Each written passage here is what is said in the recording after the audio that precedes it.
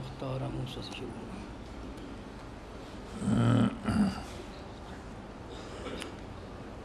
الحمد للہ رب العالمین والصلاة والسلام علی حبیبہ محمد وآلہ وصحبہ اجمعین۔ اعوذ باللہ من الشیطان الرجیم، بسم اللہ الرحمن الرحیم۔ واختار موسیٰ قومہ 70 رجلا لمیقاتنا فلما اخذتهم الرجفة قال رب لو شئت اہلکتهم من قبل وإياي أتهلكنا بما فعل السفهاء منا إن هي إلا فتنتك تضل بها من تشاء وتهدي من تشاء أنت ولينا فاغفر لنا وارحمنا وأنت خير الغافرين واكتب لنا في هذه الدنيا حسنة وفي الآخرة إنا هدنا إليك قال عذابي أصيب به من أشاء ورحمتي وسعت كل شيء فسأكتبها للذين يتقون ويؤتون الزكاة والذين هم بآياتنا يؤمنون الذين يتبعون الرسول النبي الأمي الذي يجدونه مكتوبا عندهم في التوراة والإنجيل يأمرهم بالمعروف وينهاهم عن المنكر ويحل لهم الطيبات ويحرم عليهم الخبائث ويدع عنهم إصرهم والأغلال التي كانت عليهم فالذين آمنوا به وعزروه ونصروه واتبعوا النور الذي أنزل معه أولئك هم المفلحون اللهم سبحانك لا علم لنا إلا ما علمتنا إنك أنت العليم الحكيم مولاي صل وسلم دائما أبدا على حبيبك خير الخلق كلهم۔ موسیٰ علیہ السلام کا ذکر خیر چل رہا ہے۔ جب وہ گوشالہ پرستی سے قوم نے توبہ کی اور آپ نے الواح مبارکہ اٹھا لیں اور قوم کو پیش کی، فرمایا طور پر مجھے اللہ کریم سے شرف ہم کلامی حاصل ہوا ہے اور یہ نصاب زندگی، یہ کتاب تورات اللہ کریم نے الواح کی صورت میں لکھی لکھائی مجھے عطا فرمائی ہے، تو اس پر اپنا نصاب زندگی مرتب کرو۔ عقیدے میں جو رواجات اور رسومات داخل ہو جاتے ہیں پھر وہ کئی نسلوں تک چلے جاتے ہیں، ان کو چھوڑنا بھی مشکل ہوتا ہے، اور اللہ ہی جسے توفیق دے وہ اپنی اصلاح کرتا ہے، ورنہ لوگ اس بات پہ رہتے ہیں کہ باپ دادا ایسا کرتے تھے، خواہ باپ دادا کچھ بھی نہ جانتے ہوں لیکن وہ لوگوں نے گلے سے لگایا ہوا ہوتا ہے۔ تو ان رسومات، خرافات، شرکیات، بدعات، کفریات، ان سب کو چھوڑنا مشکل ہوتا ہے، اور ہر نبی نے عقیدہ توحید پر، توحید باری پر بنیاد رکھی ہے دین کی، وہ ماننا مشکل ہوتا ہے، لیکن اس سے زیادہ عقیدہ توحید ماننے سے بھی زیادہ مشکل ہوتا ہے اپنی جو طرز حیات ہے اس کو تبدیل کرنا۔ لوگ اسلام کا دعویٰ کر لیتے ہیں، لوگ کلمہ پڑھ لیتے ہیں، لوگ نماز بھی پڑھ لیتے ہیں، روزہ بھی رکھ لیتے ہیں، حج بھی کر لیتے ہیں، لیکن معاملات، لین دین، غمی شادی، رسومات سے نکلنا یہ بہت مشکل ہو جاتا ہے۔ اللہ کریم جو کتاب نازل فرماتے ہیں اور انبیاء علیہ السلام پر جو صحیفے یا کتب نازل ہوئیں، وہ جن لوگوں کی طرف نبی مبعوث ہوتا ہے ان کے لیے پورا نصاب زندگی ہوتا ہے کہ کون کون سے کام کس طریقے سے کرنے ہیں، کون سا کام کس حد تک جائز ہے، کون سا کام ناجائز ہے، وہ نہیں کرنا، اس سے رک جانا ہے۔ یہ حدود و قیود ہوتی ہیں۔ اصل ایمان ہے کہ اس معاملے میں اپنے نصاب زندگی میں اللہ کے نبی اور رسول کی پیروی کی جائے۔ تو یوں تو وہ سارے موسیٰ علیہ السلام کو نبی اور اللہ کی توحید کے قائل ہو چکے تھے، لیکن جب موسیٰ علیہ السلام نے تورات پیش فرمائی تو کہنے لگے کمال ہے یار، اتنے عرصے سے کئی نسلوں سے ہمارا طریقہ کار لین دین کا آ رہا ہے، ہم پیسے دیتے ہیں تو اس پر منافع لیتے ہیں، آپ اسے سود کہہ رہے ہیں اور منع کر رہے ہیں، تو ہم پیسے کسی کو کیوں دیں؟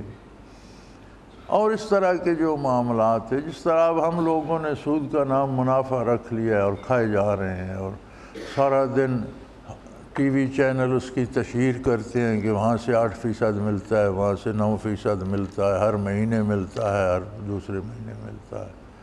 سود کی ترویج پہ کوئی پابندی نہیں، دھڑا دھڑ باتیں اشتہار ہوتے ہیں۔ تو انہوں نے کہا کہ یار یہ تو بڑی مصیبت ہے، اور ہمیں کیا پتہ کہ آپ کو اللہ نے یہ باتیں بتائیں، اب ہمارے پاس اس بات کا کیا ثبوت ہے کہ آپ 40 دن پہاڑ پر بیٹھے رہے اور واپس آئیں اور کہتے ہیں اللہ نے یہ باتیں مجھے لکھ کے دے دیں؟ تو ہم نے تو نہیں آواز سنی، نہ بات سنی، نہ کسی کو آپ سے بات کرتے سنا، تو ہمیں کیسے یقین آ جائے؟ موسیٰ علیہ السلام نے ان کی چونکہ مختلف قبائل، آگے قبائل کی شاخیں، جب یہ مصر کے سے نکلے تو 6-7 لاکھ ان کی تعداد تھی، پھر ان میں 12 بڑے بڑے قبائل تھے، پھر آگے قبائل کی شاخیں اور چھوٹے چھوٹے قبیلے اور خاندان۔ تو ساری قوم نے متفق ہو کر 70 آدمی چنے کہ یہ 70 آدمی آپ اپنے ساتھ طور پر لے جائیے اور آپ اللہ سے کلام کیجئے، جب آپ کو آواز آئے تو یہ بھی سنیں اور یہ آ کر تصدیق کریں کہ واقعی اللہ کریم آپ سے ہم کلام ہوئے ہیں اور یہ کتاب اللہ نے آپ کو دی ہے اور اس پر عمل کرنا ہے، تو پھر ہم مان لیں گے۔ بہت مشکل کام تھا۔ کلام الہی اس طرح نہیں سنی جاتی جس طرح ہم دوسری آوازیں سنتے ہیں، بلکہ انسانی سماعت کی ایک فریکوینسی ہے خاص، اس سے نیچے بھی آواز چلی جائے تو انسان کو سنائی نہیں دیتی۔ جانور انسان سے کمتر فریکوینسی سے سن لیتے ہیں۔ میں نے ساری عمر شکار کیا ہے، تو شکار کے جانوروں میں اللہ نے ایسی حس رکھ دی ہے کہ آپ خالی آتے ہیں، آپ کے پاس اسلحہ نہیں ہے، تو جنگلی جانور چرتے پھرتے ہیں، آپ گزر جاتے ہیں، وہ پرواہ ہی نہیں کرتے۔ آپ کے پاس 12 بور بندوق ہے تو ان کے اندر ایسا الارم بجتا ہے، قدرت کا ایسا نظام ہے کہ وہ اتنے بھاگ جائیں گے کہ اس کی رینج سے دور ہو جائیں گے اور پھر چرنے لگ جائیں گے۔ آپ کے پاس اگر پکی رائفل ہے، 7mm ہے یا دوسری کوئی پکے بور کی رائفل ہے، تو وہ اتنے دور جائیں گے کہ آپ کو نظر نہ آئے۔ اب یہ انہیں کون بتاتا ہے؟ ان کے اندر کوئی اللہ کریم نے میکنزم، کوئی نظام ایسا فٹ کیا ہوا ہے، انہیں سمجھ آ جاتی ہے۔ انسان اس آواز کو نہیں سن سکتا، لیکن آپ دوسرے شکاری سے سرگوشی بھی کریں، شکار بھاگ جاتا ہے، وہ سن لیتے ہیں۔ امریکہ کی ایک ریاست میں گیا تو وہاں بے شمار جنگلی ہرن وہ شہر کے اندر آ جاتے ہیں۔ وہاں تو چونکہ ہر کوئی مارتا نہیں، وہ کچھ دنوں کے لیے شکار کھولتے ہیں، اس کے علاوہ سارا سال بند ہوتا ہے۔ تو وہ جب شام ہوتی تو وہ سارے شہر کی سڑکوں پہ آ جاتے۔ تو انہوں نے وہاں ایک ہارن ایجاد کیا، 10-12 سال پہلے کی بات ہے، وہ ہر گاڑی میں لگا ہوتا تھا۔ آپ گاڑی کا سوئچ آن کرتے تھے، ہارن بجنا شروع ہو جاتا تھا، جب تک سوئچ آن رہتا تھا ہارن بجتا رہتا تھا، لیکن اس ہارن کی آواز جنگلی ہرن سنتے تھے، انسان کو سنائی نہیں دیتی تھی۔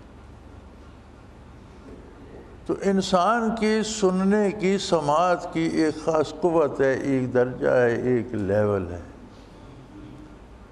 اب کلام باری کو سننا انسانی فریکوینسی میں تو ہے نہیں، انسان کیسے سن سکتا؟ انبیاء انسان ہوتے ہیں، لیکن ان کا جسم بھی لطیف ہوتا ہے، روح تو لطیف ہوتی ہے، اتنا پاکیزہ وجود ہوتا ہے کہ وہاں گناہ کا خطا امکان نہیں ہوتا۔ اب نبی کو تو اللہ نے یہ استعداد دے دی کہ وہ اللہ کا کلام سنیں، غیر نبی کیسے سنیں؟ یہ معجزہ تھا موسیٰ علیہ السلام کا کہ انہوں نے ان 70 آدمیوں کو بھی کلام باری سنوا دیا۔ جس طرح حضور اکرم صلی اللہ علیہ وسلم کا معجزہ بیان کیا جاتا ہے کہ ابی جہل کے ہاتھ میں کچھ کنکریاں تھیں، پتھر تھے، تو اس نے کہا کہ اگر آپ نبی ہیں تو بتائیے میری مٹھی میں کیا ہے؟ تو آپ صلی اللہ علیہ وسلم نے فرمایا کہ میں بتاؤں مٹھی میں کیا ہے یا جو مٹھی میں بتائے وہ بتا دے میں کون ہوں؟ اب اسے بڑا معجزہ بیان کیا جاتا ہے اور ہے بھی الحمدللہ کہ پتھروں نے کلمہ پڑھا۔ مولوی رومی رحمۃ اللہ علیہ نے اسے منظوم کیا ہے، لا الہ گفت الا اللہ گفت، جوہر احمد رسول اللہ صفت۔ لیکن علماء حق جب اس پہ بحث کرتے ہیں تو وہ فرماتے ہیں معجزہ یہ نہیں ہے کہ پتھروں نے کلمہ پڑھا، پتھر، درخت، دریا، پانی، ہوا، چرند پرند، جمادات بھی ساری، ام من شیء الا یسبح بحمدہ، کوئی ایسی چیز نہیں ہے جو اللہ کی تسبیح نہ کرتی ہو۔ پتھر تو ہمہ وقت ذکر الہی کرتے ہیں، درخت کرتے ہیں، جمادات کرتی ہے۔ حضور صلی اللہ علیہ وسلم کا معجزہ یہ ہے کہ ابو جہل جیسے سخت دل اور قساوت قلبی کے حامل شخص کو پتھروں کی آواز سنوا دی۔ پتھر تو ہمہ وقت اللہ اللہ کرتے ہیں، کوئی کائنات میں ایسی چیز نہیں ہے جو اللہ کا نام لینا چھوڑ دے اور پھر وہ باقی رہے، فنا ہو جاتی ہے۔ پہاڑ ذکر چھوڑ دے ریزہ ریزہ ہو جاتا ہے، دریا چھوڑ دے خشک ہو جاتا ہے، درخت چھوڑ دے سوکھ جاتا ہے، زمین چھوڑ دے شک ہو جاتی ہے، کوئی چیز باقی نہیں رہے۔ ام من شیء الا یسبح بحمدہ، جو چیز باقی ہے اس کا مطلب ہے وہ اللہ کا ذکر کرتی ہے۔ تو علماء فرماتے ہیں پتھر تو ویسے بھی ذکر کر رہے تھے، لیکن وہ ذکر مسلمان کو بھی سنائی نہیں دیتا، سارے ولی اللہ کو بھی، کسی کو اللہ سنوا دے تو اولیاء اللہ کو بھی سنائی نہیں دیتا۔ تو ابو جہل جیسے کافر اور سیاہ دل والے آدمی کو نبی کریم صلی اللہ علیہ وسلم نے فرمایا کہ تجھے سنوا دوں، اور سنوا دیا۔ فرماتے ہیں اصل معجزہ یہ ہے کہ ایسے شقی القلب کو پتھروں کا ذکر کرنا سنوا دیا۔ تو موسیٰ علیہ السلام کا معجزہ تھا کہ ان 70 لوگوں کو یا 70 سرداروں کو یا منتخب افراد کو، وہ ان کے دینی لیڈر تھے یا دنیاوی لیڈر تھے، ان کو کلام باری سنوا دیا۔ حق تو یہ تھا کہ وہ کلام باری ان کے دلوں پہ اثر کرتا، وہ اس کی لذت سے آشنا ہوتے، وہ اس پہ فدا ہو جاتے، مر مٹنے کو تیار ہو جاتے، کہتے رسومات اور رواج کیا چیز ہے، ہم تو جان دینے کو تیار ہیں۔ اس کی لذت کو محسوس کرتے، اس کی شیرینی کو محسوس کرتے، وہ نہ کر سکے اور کہنے لگے کہ بھائی بات تو ہم نے موسیٰ سن لی، آواز تو آ رہی ہے، لیکن ہمیں کیا پتہ یہ اللہ ہی کی آواز۔ آپ اللہ سے کہیں سامنے آ کے بات کرے، ہم دیکھیں کہ یہ اللہ ہے اور یہ بات کرے، پھر مانیں گے۔ اللہ نے کتنا احسان کیا، ایک آدمی سے اٹھا کر انہیں کلیم اللہ بنا دیا، اللہ کا کلام سننے کی عظمت عطا کر دی بطفیل موسیٰ علیہ نبینا علیہ الصلوۃ والسلام۔ مگر ناشکرے تھے، اپنے آپ پر زوم تھا، اس کی لذت کو محسوس نہ کر سکے۔ سن لیا اللہ کریم کا کلام کانوں سے نہیں۔ حضرت فرمایا کرتے تھے کہ جب اللہ کا کلام ہوتا ہے تو اللہ کے نبی کا وجود کا ایک ایک ذرہ سن رہا ہوتا، صرف کان نہیں سنتے، نہ اس کی سمت ہوتی ہے کہ ایک سمت سے آواز آ رہی ہے، نہ اس کا یہ پتہ چلتا ہے کہ کیا گونج رہا ہے، لیکن وجود کا ذرہ ذرہ کان بن جاتا ہے خطاب الہی سننے کے لیے۔ تو جب ان کے وجود کے ذرے ذرے میں کلام الہی صلاحیت کر گیا تو کیسے بدبخت تھے، انہیں اس کا کوئی کیف محسوس نہیں ہوا، کوئی لذت نہیں آئی، کوئی شیرینی نہیں۔ حق تو یہ تھا کہ وہیں سجدے میں گر جاتے اور کہتے سمعنا وطعنا، سن بھی لیا مان بھی لیا، اب کوئی عذر نہیں ہے۔ لیکن وہ الٹے ہوئے، کہنے لگے جی ٹھیک ہے موسیٰ، ہم نے بات تو سن لی، لیکن کیا پتہ یہ اللہ کی آواز ہے، یہ کوئی اور آواز دے رہا، تو آپ اللہ کو ہمارے سامنے لائیے، ہم سامنے دیکھ کر بات کریں گے۔ فلما اخذتهم الرجفہ، اس پر بجلی کی ایک کڑک ہوئی اور اس نے جلا کر بھسم کر دی۔ جب اپنی حیثیت سے بڑھ کر کوئی دعویٰ کرتا ہے تو اس کا انجام یہی ہوتا ہے، تباہ ہو گئے۔ وہ تو مر گئے، بلکہ بجلی پڑی اور اس نے خاکستر کر دیے۔ موسیٰ علیہ السلام نے کہا یا اللہ، انہوں نے گستاخی کی، اس کا نتیجہ یہی ہونا تھا، آپ نے جو کیا وہ حق ہے، لیکن میں پھنس گیا ہوں، مجھے آپ نے اس قوم کی طرف نبی بنایا، میری ذمہ داری لگائی، اب جب میں واپس جاؤں گا تو وہ کہیں گے موسیٰ لے ہی اس لیے گیا تھا، انہیں مار کر کسی گڑھے میں پھینک دیا یا مروا دیا اور خود واپس آ گیا، کہتا ہے انہوں نے گستاخی کی تھی، انہوں نے گستاخی کیا، وہ تو سننے گئے تھے، موسیٰ علیہ السلام نے انہیں مروا دیا، یا اللہ یہ تو نیا تماشا بن جائے گا۔ قال رب لو شئت اہلکتہم من قبل وإیایا، انہیں عرض کی بار الہ تو قادر ہے، تو چاہتا تو اس سے پہلے ہی انہیں ہلاک کر دیتا، مجھے بھی اگر تو دنیا سے اٹھا لیتا تو تجھے کون روک سکتا ہے، میں بھی کیا اعتراض کر سکتا ہوں، یہ تو تیرے دست قدرت میں ہے، انہیں بھی ہلاک کر دیتا، مجھے بھی۔ یہاں ایک مسئلہ سلوک کا بھی ہے، عرض کرتا چلوں پھر رہ جائے گا۔ بعض لوگوں کو بڑا وہم ہوتا ہے کہ میں بہت عبادت کرتا ہوں، میرے مراقبات وہاں تک ہونے چاہیے، بعض کو یہ وہم ہوتا ہے کہ مجھے کوئی عہدہ ملنا چاہیے، مجھے غوث قطب بننا چاہیے۔ ایسی تمنا رکھنے والے عموماً ہلاک ہو جاتے ہیں، اور یہ دعویٰ خودی کے مترادف ہے۔ استحقاق یعنی میرا حق بنتا ہے، یہ جائز نہیں ہے۔ یہ چیزیں ثمرات ہیں، پھل ہیں، اور پھل اللہ کی طرف سے ہوتا ہے اور وہ بھی ہوتا ہے، اس کی مرضی کس کو کیا دیتا ہے۔ بندہ کوئی دعویٰ نہیں کر سکتا، جو زیادہ مجاہدہ کرتا ہے وہ اس بات کا شکر ادا نہیں کر سکتا کہ اس نے اس مجاہدے کی توفیق عطا کی۔ لہذا سالک کو دعویٰ نہیں کرنا چاہیے کہ مجھے یہ رتبہ ملنا چاہیے، یہ غلط ہے۔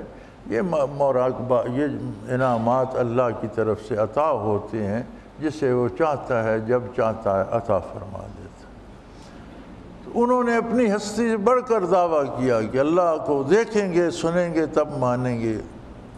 وہی دعویٰ تھا کہ انہوں نے اپنے آپ کو بہت بڑا سمجھا کہ ہم دیکھ بھی سکتے ہیں، بات کر سکتے ہیں، تباہ ہو گئے۔ موسیٰ علیہ السلام نے اس کی بار الہ، آپ تو انہیں پہلے بھی مار سکتے تھے، مجھے بھی موت دے سکتے تھے، آپ کو کون روکنے والا ہے؟ اتہلکنا بما فعل السفہاء منا، یا اللہ جو کچھ ہم میں سے چند بے وقوفوں نے کیا ہے اس کے بدلے ہم سب کو ہلاک تو نہ فرما۔ اس کا نتیجہ یہ ہوگا کہ لوگ میری نبوت کا، آپ کے کلام کا انکار کر دیں گے، تباہ ہو جائیں گے۔ تو میں بجائے ہدایت دینے کی ان کی تباہی کا سبب بن جاؤں گا۔ تو اللہ کریم مہربانی فرما، ان ہی الا فتنتک، یا اللہ یہ تیری آزمائش ہے، تیرے امتحان بڑے عجیب ہوتے ہیں، اور تو قادر ہے، تضل بہا من تشاء وتہدی من تشاء، تیرے امتحانات بڑے سخت ہوتے ہیں، تو جسے چاہے انہی سے گمراہ کر دیتا ہے، اور جسے چاہے انہی امتحانات کو اس کی ہدایت کا سبب بنا دیتا ہے اور اسے ہدایت دے دیتا ہے۔ سب کچھ تیرے دست قدرت میں ہے۔ انت ولینا، اے اللہ تو ہی ہمارا مددگار ہے۔ دعا کا سلیقہ بھی یہاں سے سیکھ لینا چاہیے کہ پہلے اپنا جرم قبول کیا، جو لوگ ہلاک ہو گئے تھے فرمایا یا اللہ یہ ان کی جہالت اور بے وقوفی ہے، اور چند لوگوں کی بے وقوفی کی اتنی بڑی سزا مت دیجئے کہ ساری قوم گمراہ ہو جائے، یہ تباہ ہو جائے، ہلاک ہو جائے۔ ہم پہ مہربانی فرمائیے، اور جو کچھ آپ کرتے ہیں حق ہے، اور یہ امتحان ہے، یہ امتحان میں مارے گئے، فیل ہو گئے، ناکام ہو گئے، تو چاہے تو جسے چاہے اسے کامیاب کر دے، اس لیے کہ ہمارا جو کچھ بھی ہے وہ کارساز تو اکیلا ہے۔ جو فائدہ ہمیں پہنچتا ہے، جو نیکی ہمیں پہنچتی ہے، جو بھلائی ہمیں پہنچتی ہے، تو اکیلا کارساز ہے ہمارا۔ ظاہری مادی رزق سے لے کر ایمان اور توفیق عمل تک سب کچھ تو ہی عطا فرماتا ہے۔ فاغفر لنا، سو ہمیں معاف کر دے، ہم پر مغفرت نازل، ہمیں بخش دے۔ تو عطا کرتا ہے، ہم خطا کرتے ہیں، تو دیتا ہے، ہم شکر ادا نہیں کر سکتے، ہم سے کوتاہیاں سرزد ہوتی ہیں، اے اللہ ہمیں بخش دے۔ اور سب کو ساتھ رکھا، وغفر لنا، ان کو چھوڑا نہیں، یہ نہیں فرمایا مجھے اکیلے کو، سب کو بخش دے۔ ورحمنا، کیسے بخشے گا جب ان کے اعمال تو بخشش کے لائق نہیں، فرمایا ان پر رحم فرما، تیرے کرم کی تو کوئی حد نہیں ہے، ان میں اہلیت نہیں ہے، ان میں استعداد نہیں ہے، یہ جاہل ہیں، نالائق ہیں، انہوں نے خود اپنے ساتھ زیادتی کی، لیکن تیرے کرم کی تو کوئی حد نہیں ہے، کرم فرما دے۔ وَأَنْتَ خَيْرُ الْغَافِرِينَ، اور تو ہی ایک ہستی ہے جو سب سے بہتر معاف کرنے والا ہے۔ وَاكْتُبْ لَنَا فِي هَذِهِ الدُّنْيَا حَسَنَةً، یا اللہ ہمارے حق میں اس دنیا میں بھی بھلائی کا فیصلہ فرما دے۔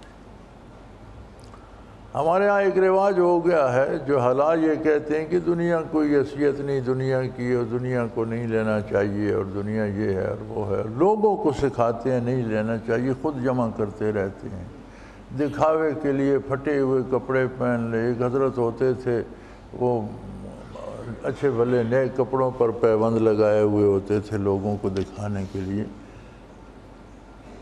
یہ دنیا بھی اللہ کی تخلیق ہے، اور اس میں بھی حسن اور نیکی ہے۔ اللہ سے یہ دعا کی جائے کہ اللہ ہمیں یہ دنیا بھی خوبصورت کر کے، یعنی حلال جائز تیری رضا کے لیے اور تیرے راہ میں خرچ کرنے کے لیے اور نیکی پر قائم رہنے کے لیے ہمیں جائز اور حلال دنیا عطا فرما۔ وَاكْتُبْ لَنَا فِي هَذِهِ الدُّنْيَا حَسَنَةً، اس دنیا میں بھی ہمارے لیے حسنہ نیکی لکھ دے، کہ دنیا کا معنی بھی عبادت بن جائے جب وہ شریعت کے مطابق ہو اور حضور اکرم صلی اللہ علیہ وسلم کے دی ہوئے نظام حیات کے مطابق ہو، تو ہر کام دنیا کا بھی دین بن جاتا ہے۔ دین کیا ہے؟ اللہ اللہ کے رسول کی اطاعت۔ تو دنیا کا کام بھی جب اللہ کے رسول کی اطاعت میں کیا جائے تو وہ دین بن جاتا ہے۔ اسی لیے حضور کا ارشاد ہے کہ مومن کی دنیا بھی دین ہے، اور کافر کا دین بھی دنیا ہے۔ یعنی کافروں نے جو رسومات بنا رکھی ہیں، تو ہر رسم کا اصل یہ ہے کہ یہ کرو گے تو دنیا کی یہ چیز مل جائے گی، یہ کام کرو گے تو اولاد مل جائے گی، یہ کام کو اس بت کو پوجو گے تو پیسہ۔ کافر کا دین بھی دنیا ہے، جبکہ مومن کی دنیا بھی دین ہے۔ وَفِي الْآخِرَةِ، اور صرف اس دنیا میں نہیں، یا اللہ خالی اس دنیا کی بھلائی سے کیا ہوگا، آخرت میں بھی ہمارے لیے بھلائی لکھ دے، اس دنیا میں بھی ہمارے لیے بہتری لکھ دے، آخرت میں بھی ہمارے لیے بھلائی لکھ دے۔ اِنَّا هُدْنَا إِلَيْكَ، اے اللہ ہم پورے خلوص سے تیری بارگاہ اور تیری ذات کی طرف رجوع کرتے ہیں، کسی سے ہمیں کوئی امید نہیں، نہ دنیا کی بھلائی کی نہ آخرت کی بھلائی کی، ہم کلی طور پر اپنے آپ کو تیرے سپرد کرتے ہیں۔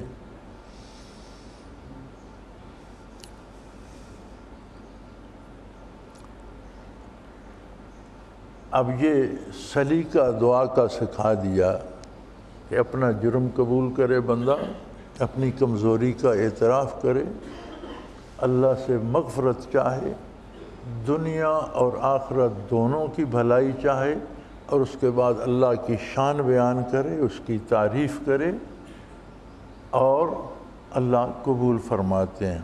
اب اس کا جواب آیا، قال عذابی یصیب بہ من اشاء ورحمتی وسعت کل شیء۔ میں میرے نبی، میں جسے چاہوں عذاب کروں، کوئی مجھے روکنے والا نہیں۔ اس کے باوجود میں نے انسان کو مہلت دی ہے، فرصت دی ہے اور اختیار دیا ہے کہ وہ کون سا راستہ چنتا ہے۔ اب جو راستہ عذاب اور عتاب کا چنے گا اسے عذاب ہی ہوگا،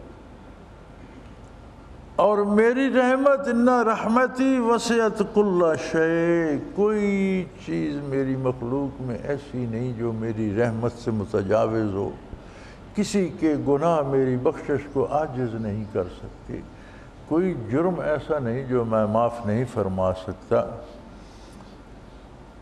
لہٰذا ان کی تو معافی ہو گئی، انہیں دوبارہ زندگی عطا ہو گئی، لیکن بات جب جواب آیا تو بات آگے چل پڑی۔ اللہ کریم نے فرمایا میری رحمت تو بہت وسیع ہے، بہت بے پناہ ہے۔ اب بات ہو رہی ہے بنی اسرائیل کے زمانے کی، عرض گزار ہیں اللہ کے اولی العزم رسول موسیٰ علی نبینا و علیہ الصلاۃ والسلام، جواب آ رہا ہے بارگاہ الوہیت سے، بات اسرائیلیوں کی غلطی کی، فرمایا میری رحمت بہت وسیع ہے، یہ لو یہ زندہ ہو گئے، انہیں لے جاؤ ساتھ، اٹھا لو انہیں۔ لیکن بات آگے چل پڑی، فرماتے ہیں فَسَأَكْتُبُهَا لِلَّذِينَ يَتَّقُونَ وَيُؤْتُونَ الزَّكَاةَ وَهُمْ بِآيَاتِنَا یؤمنون۔ میری رحمت تو بہت وسیع ہے، لیکن اس کو لوٹنے والے کچھ لوگ ہوں گے، سارے نہیں۔ میں نے تو لٹا دی، میں نے تو سر عام رکھ دی، جس کا جی چاہے جھولیاں بھر بھر کے لے جائے اور رات دن ڈھوتا رہے اور اپنا گھر بھرتا رہے، میری رحمت ختم نہیں ہوتی، بہت وسیع ہے۔ لیکن لیں گے کون؟ فَسَأَكْتُبُهَا، میں اسے لکھ دوں گا، ان کے نام کر دوں گا، کن کے؟ جو لوگ تقوی اختیار کریں گے، جو لوگ میرے ساتھ ایسا تعلق بنا لیں گے بندگی کا کہ میری رضا پہ راضی ہوں گے اور میری ناراضگی سے ڈرتے ہوئے میری نافرمانی سے بچیں گے۔ وَيُؤْتُونَ الزَّكَاةَ، اور میں انہیں دنیا دوں گا تو دنیا کی محبت میں گرفتار نہیں ہوں گے، دنیا کو میرے حکم کے مطابق خرچ کریں گے۔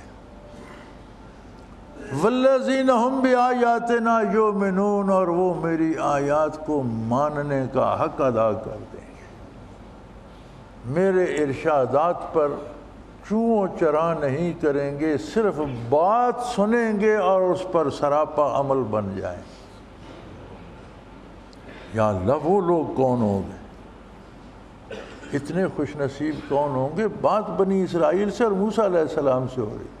فرمایا وہ لوگ الذین یتبعون الرسول النبی الامی، یہ وہ لوگ ہوں گے جو میرے نبی امی کا اتباع کریں گے۔ فرمایا میری رحمت تو موسیٰ بڑی وسیع ہے، لیکن اس کو لوٹنے والے ابھی دنیا میں نہیں آئے۔ بنی اسرائیل میں اتنی ہمت نہیں ہے کہ جتنی میری رحمت میں وسعت ہے اس سے وہ جھولیاں بھر لیں، یہ تو اعتراض ہی کرتے رہتے ہیں۔ میں نے انہیں بخش دیا آپ کی دعا پر، انہیں دوبارہ زندگی عطا کر دی، آپ انہیں ساتھ لے جائیے، لیکن میری رحمت کو کون لوٹیں گے؟ فرمایا وہ لوگ جن کا میرے ساتھ پیار ہوگا۔ تقویٰ کیا ہے؟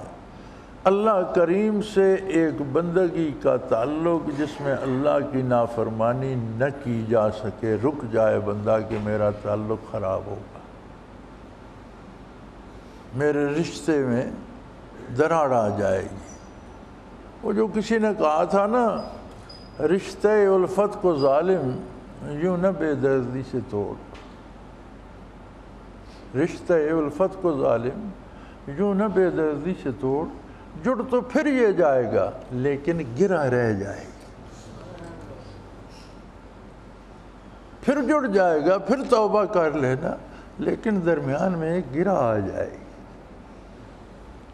ایک بات آ جائے گی، اس کو ٹوٹنے دو ہی نہیں۔ فرمایا یہ کام وہ کریں گے جو میرے نبی و امی کو مانیں گے، ان میں سے کوئی نہیں ہوگا جو آیت سن کر کہ نہیں باپ دادا تو ایسے کرتے ہیں میں ایسا کیوں، وہ کہیں گے جو حضور نے فرمایا وہ کرنا ہے، بات ختم۔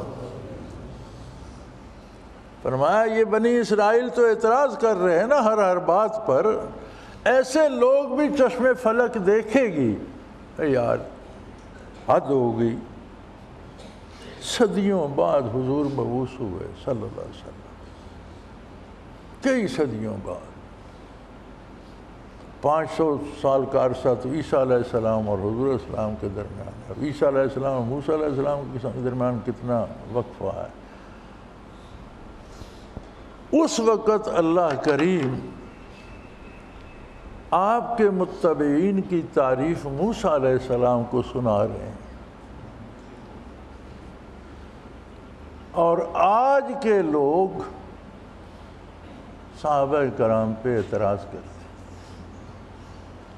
ہیں، کیسی عجیب بات، وہ دنیا میں نہیں آئے، ان کا وجود نہیں تھا، ان کے آباء و اجداد نہیں تھے، ان کے اجزاء کہیں خاک میں پڑے تھے، روحیں اللہ کے پاس تھیں۔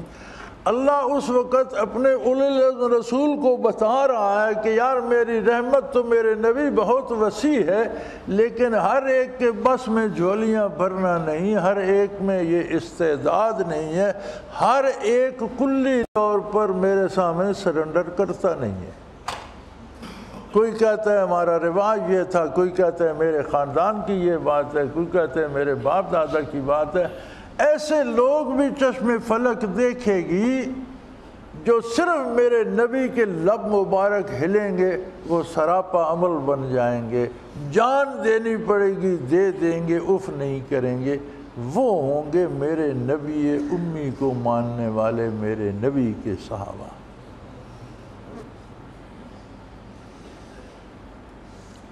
اور فرمایا تمہاری بنی اسرائیل میں سے بھی ہوں گے، اہل کتاب میں سے بھی ہوں گے، الذین یجدونہ مکتوبا عندہم فی التوراۃ والانجیل، میرے نبی کی تعریف تورات میں بھی لکھی ہے، انجیل میں بھی لکھی ہے، اور یہ وہ خوش نصیب ہیں بنی اسرائیل میں سے بھی، عیسائیوں اور یہودیوں میں سے بھی، جن کو جب حضور مبعوث ہوئے تو نور ایمان نصیب ہو گیا اور اکابر صحابہ میں شامل ہو گئے۔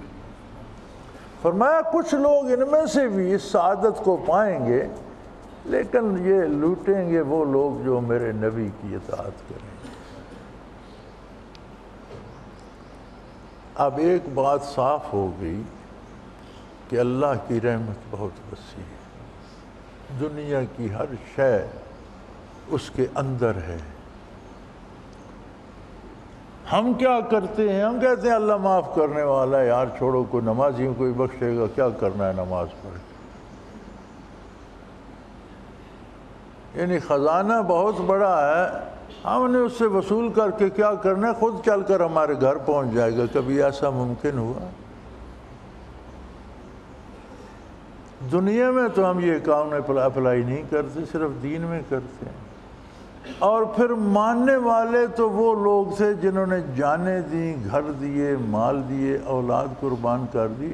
ہم تو اب یہ سارے کلمہ گو سود کھا رہے ہیں، اور سود کھانا اللہ اللہ رسول کے ساتھ اعلان جنگ ہے۔ اس کا نام منافع رکھ لیا، کتے کا نام دمبا رکھ لو، کھاتے رہو، کیا وہ حلال ہو جائے گا؟ سود کا نام منافع رکھ لو، کھانے سے حلال ہو جائے گا؟ سود کھاتے ہیں تو پھر برائی میں ملوث ہوتے ہیں، دل سیاہ ہو جاتے ہیں، نیکی کی توفیق سلب ہو جاتی ہے، پھر کہتے ہیں جی کیا کریں نماز کو جی نہیں چاہتا. میرے پاس اگلے دن ایک آدمی آیا, بڑی مشکل میں تھا, اٹھنے بیٹھنے میں تکلیف ہو رہی تھی, کمزور تھا. تو میں نے کہا کیا ہو گیا تمہیں؟ کہنے لگا مجھ سے بڑی غلطی ہوئی. میں نے پتہ نہیں کیا کر لیا, کوئی وزن اٹھا لیا یا کیا کیا. کیا غلطی کی ملک صاحب آپ نے؟ کہنے لگا میں 5-6 دن نماز پڑھتا رہا.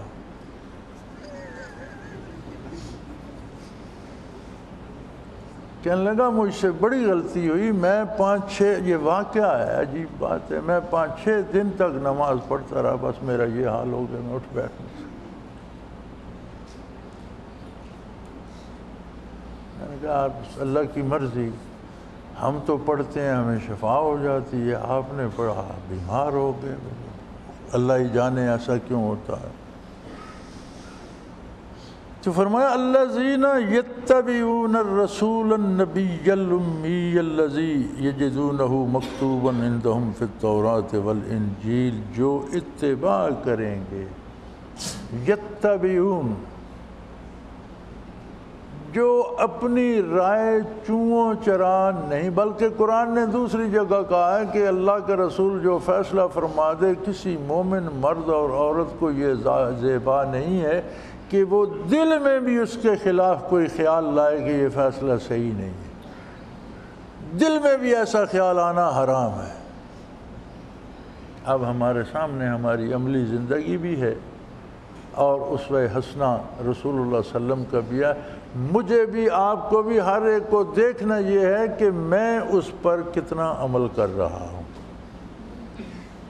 فرمایا میرے نبی کی شان یہ ہے یامرہم بالمعروف, ہر اچھے کام کا حکم دیتا ہے. لہٰذا یہ طے ہو گیا قرآن میں کہ جس کام کو کرنے کا حضور حکم دے دیں وہی اچھا ہے. جہاں صلح کرنے کا, تلوار روکنے کا حکم دے دیں وہاں صلح اچھی ہے. جہاں تلوار چلانے کا حکم دے دیں وہاں جنگ اچھی ہے. یہ جس کا حکم اللہ کا رسول دے دے کام وہی اچھا ہے, وہی معروف ہے. جہاں رک جانے کا حکم دے دیں رک جانا اچھا ہے, جہاں آگے بڑھنے کا حکم دے دیں آگے بڑھنا اچھا ہے. جہاں سونے کی اجازت دے دیں وہاں سونا بھی عبادت ہے. جہاں جاگنے کا حکم دے دیں وہاں جاگنا عبادت ہے. وَيَنْهَاهُمْ عَنِ الْمُنْكَرِ, اور میرا نبی صلی اللہ علیہ وسلم ہر اس بات سے منع فرماتا ہے جو اللہ کو ناپسند ہے, جو منکر ہے, جو برائی ہے. یعنی اچھائی اور برائی کا معیار کیا ہے؟ حضور کا کام کرنے کی اجازت دینا وہ کام اچھا ہے, جس کام سے روک دیں وہ کام برا ہے. خواہ زمانے کی نظروں میں کوئی معیار ہو, لیکن حق کا معیار یہ ہے. وَيُحِلُّ لَهُمُ الطَّيِّبَاتِ, اور میرا نبی ان کے لیے پاکیزہ چیزیں حلال کرتا ہے. جو چیزیں شرعاً حلال ہیں وہ ساری پاکیزہ اور ساری نظیف و لطیف ہیں. وَيُحَرِّمُ عَلَيْهِمُ الْخَبَائِثَ, اور ان پر بری چیزیں,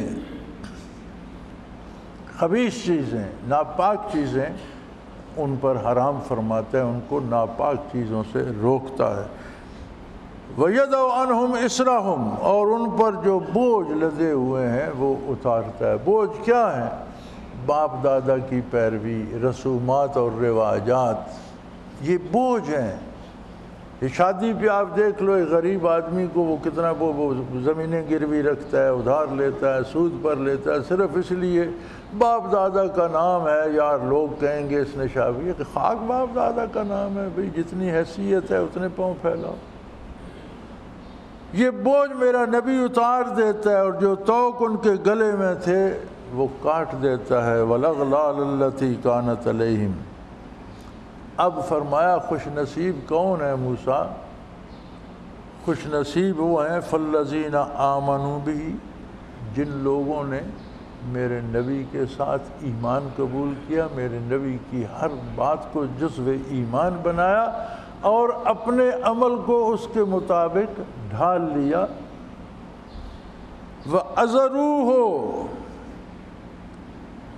وَنَصَرُوهُ, میرے نبی کی حمایت کرتے ہیں، جو نبی کے دوست ہیں وہ ان کو دوست سمجھتے ہیں، جو نبی کے دشمن ہیں وہ ان کو بھی دشمن سمجھتے ہیں، میرے نبی کے ساتھ کھڑے ہوتے ہیں، جو میرے نبی کا دوست ہے وہ انہیں دوست سمجھتا ہے۔ ان کی عملی زندگی ایسی ہوتی ہے کہ جو رسول اللہ کے دشمن ہیں وہ از خود انہیں اپنا دشمن سمجھتے ہیں۔ وَنَصَرُوهُ، اور میرے نبی کی مدد کرتے ہیں۔ کیا مدد کرتے ہیں؟ مدد کرتے ہیں، اپنے نفس کو مسخر کرتے ہیں نبی کے اتباع، دوسروں تک میرے نبی کا پیغام پہنچاتے ہیں اور دنیا میں میرے نبی کے لائے ہوئے نظام کو رائج کرتے ہیں۔ وَاتَّبَعُوا النُّورَ الَّذِي أُنزِلَ مَعَهُ، اور اس نور کا اتباع کرتے ہیں جو میرے نبی کے ساتھ نازل ہوا، وہ نور ہے اللہ کا قرآن۔ دنیا ایک تاریک سمندر ہے، تاریکی کا ایک بحر بے کراں ہے، اس میں روشنی ہے اللہ کا قرآن، روشنی کے پیچھے چلتے جاؤ کوئی نقصان نہیں ہوگا، روشنی چھوڑ کے اندھیروں میں بھٹکو گے غرق ہو جاؤ گے، تباہ ہو جاؤ گے۔ تو فرمایا اتباع کرتے ہیں اس نور کا جو میرے نبی کے ساتھ نازل ہوا۔ اولئک هم المفلحون، یہ لوگ ہیں جو جیت گئے، فلاح پا گئے، کامیاب ہو گئے۔ اس کے علاوہ دنیا کا کوئی شخص کامیاب نہیں۔ اسے حکومت مل گئی تو کیا ہوا، اقتدار مل گیا تو کیا ہوا، دولت جمع ہو گئی تو کیا ہوا، دولت، اقتدار، حکومت سب کچھ چھوڑ کر خاک کی خوراک بن جائے گا، لیکن جس نے میرے نبی کا اتباع کیا، قرآن کا نور اس کی قبر کو بھی روشن کرے گا، برزخ کو بھی روشن کرے گا، میدان حشر میں بھی اس کے آگے ہوگا، پل صراط پر بھی اس کے ساتھ ہوگا اور جنت میں بھی اس کے ساتھ ہوگا۔ وآخر دعوانا ان الحمد للہ رب العالمین۔